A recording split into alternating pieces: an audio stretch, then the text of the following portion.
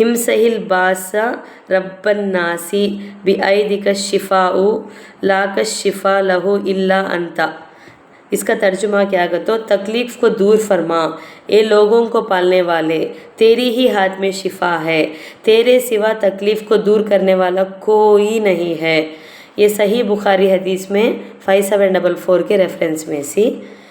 اب آ کو نبی صلی اللہ علیہ وسلم کے نصیحت کے بارے میں، وضو اور نماز سے اپنی چمک کو بڑھاؤ۔ رسول اللہ صلی اللہ علیہ وسلم نے فرمایا، میری امت کو قیامت کے دن جب بلایا جائے گا تو ان کے پیشانیاں وضو کی وجہ سے روشن ہوں گی، لہٰذا تم میں سے جو اپنی اس چمک کو وضو اور نماز کی پابندی کے ذریعے بڑھا سکے تو وہ وضو اور نماز کی پابندی کرے۔ جو ہے تو چمک کو بڑھانا چاہتی ہیں کہ انہوں وضو اور نماز کی پابندی کر بول کو انشاءاللہ بولتی ہیں۔ وہ صحیح بخاری حدیث 136 ابو ہریرہ رضی اللہ عنہ کے ریفرنس میں سی۔ الحمدللہ آج کا 5 منٹ کا مدرسہ بسپر 2 جمادی الاخری کا ختم ہو گیا۔ کل انشاءاللہ بسپر 3 جمادی الاخری کا 5 منٹ کا مدرسہ ہمیں دیکھیں گے۔ السلام علیکم ورحمۃ اللہ وبرکاتہ۔